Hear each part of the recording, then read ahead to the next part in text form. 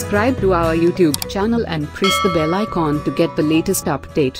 Learning तो बहुत जरूरी है, पर जनरली आजकल देखा जाता है कि आजकल के बच्चे जो है सक्सेस से बहुत जल्दी टूट जाते हैं.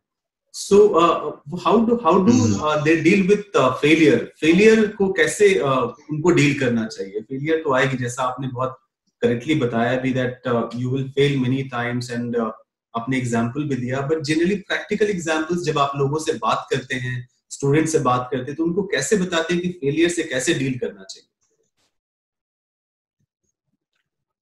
नहीं,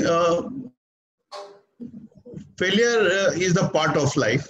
कोई भी व्यक्ति, हम आज 130 करोड़ की हिंदुस्तान की आबादी है. आप 130 करोड़ के से सबसे पूछोगे तो कोई भी व्यक्ति ये नहीं बोल सकता कि वो जीवन में कभी फेल नहीं हुआ. हर व्यक्ति जीवन में फेल होता है और हर व्यक्ति गिरता है, लेकिन गिर के उठना और उठ के फिर से दौड़ना, यही जीवन है और यही प्रकृति का नियम है. अगर इस नियम के विरुद्ध अगर किसी को लगता है कि मैं फेल हूं, मैं कुछ नहीं कर सकता हूं, तो ये इसका एक जो मुझे कारण लगता है कि वो कंपैरिजन बहुत है. आजकल जो है कि लोग एक दूसरे से कंपेयर बहुत करते हैं कि देखो किसी के जीवन में उसको सक्सेस मिल रहा है, मुझे सक्सेस नहीं मिल रहा है, मैं इतनी कोशिश कर रहा हूँ, मैं बार बार फेल हो रहा हूँ.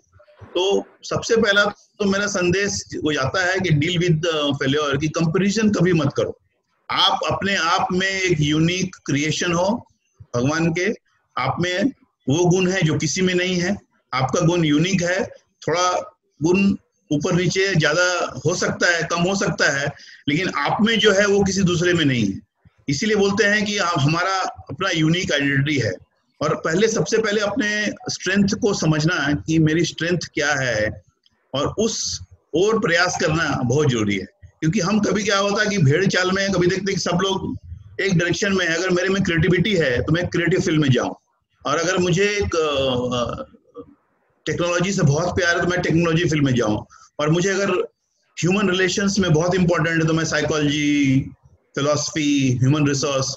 तो वो एक पहचानना कि आप में क्या गुण है और आपकी रुचि क्या है, कि अगर आपकी रुचि रहेगी किसी चीज में तो ऑटोमेटिकली आपका पैशन उस पर आ जाता है.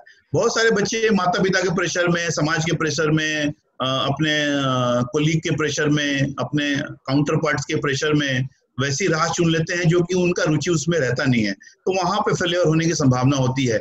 लेकिन आप हमेशा जीवन में किसी भी उम्र में कोर्स करेक्शन कर सकते हैं. तो आपको कोर्स करेक्शन करें और आपकी रुचि के फील्ड में जाएं, या अगर आपने ऐसा फील्ड चुन भी लिया है जिसमें कि आपकी, तो उसमें आप अपनी रुचि को डेवलप करें.